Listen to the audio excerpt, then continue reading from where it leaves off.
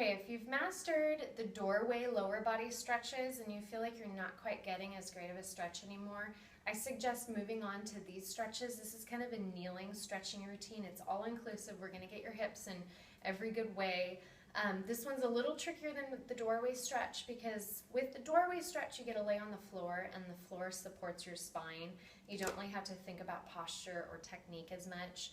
With this one you do. You really need to think about your posture and your technique as you're performing these stretches, but if you can get it just right, you're going to get a really good stretch with each of these.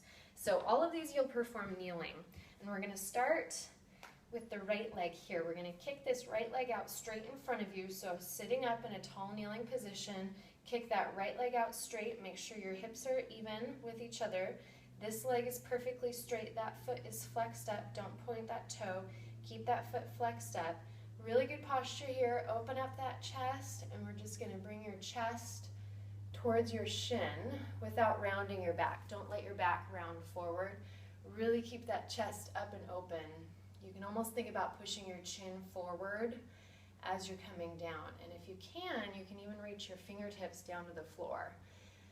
And in this position, you're going to get a pretty deep hamstring stretch here if you're doing it right, if you've got great posture.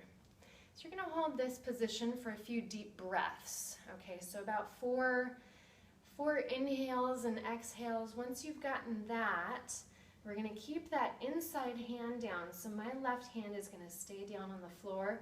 We're going to take this hand and we're going to initiate the movement with this shoulder. So this shoulder is going to start rolling up towards the ceiling, and we're going to reach this hand up towards the ceiling. So it's a bit of a balance challenge, but what we're doing here is we're getting more of an IT band stretch down the side of your hamstring, and we're getting a thoracic spine stretch and opening that chest up. Okay, so we're going to hold this for about 3 or 4 deep breaths. It is a balance challenge, but you can push into that right hip to really feel the stretch.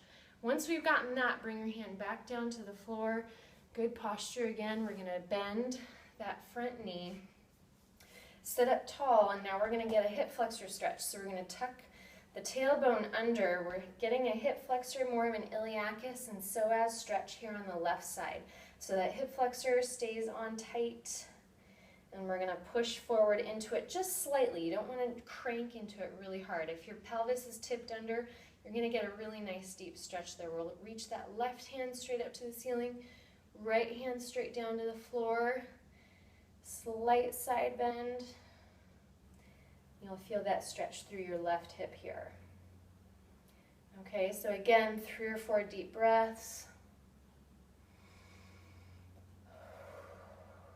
Okay, and then let's do all of those on the other side. So kick your left leg out straight. That foot is nice and flexed, sit up super tall, chest is out forward. You're going to lean into it, push into that hamstring, really stick your tailbone out behind you. Touch your fingertips to the floor if you can, really big posture. A couple deep breaths here. I'm moving pretty quickly. You can sit in these stretches for a lot longer. We're going to keep that right hand on the floor, start the spin with your shoulder.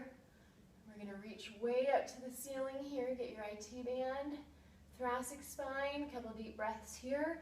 Then we're going to bring it down, transition into your hip flexor stretch. So tuck your tailbone under, push into it a little bit. You might not even need to push into it at all. You might feel that stretch with just the tailbone tuck. And then we're going to reach that right hand way up to the ceiling and the left hand way down. A couple deep breaths here. Okay, so with all 3 of those stretches, you get a pretty good 3-dimensional stretch going for your hips, okay? So go ahead and give those a try and stay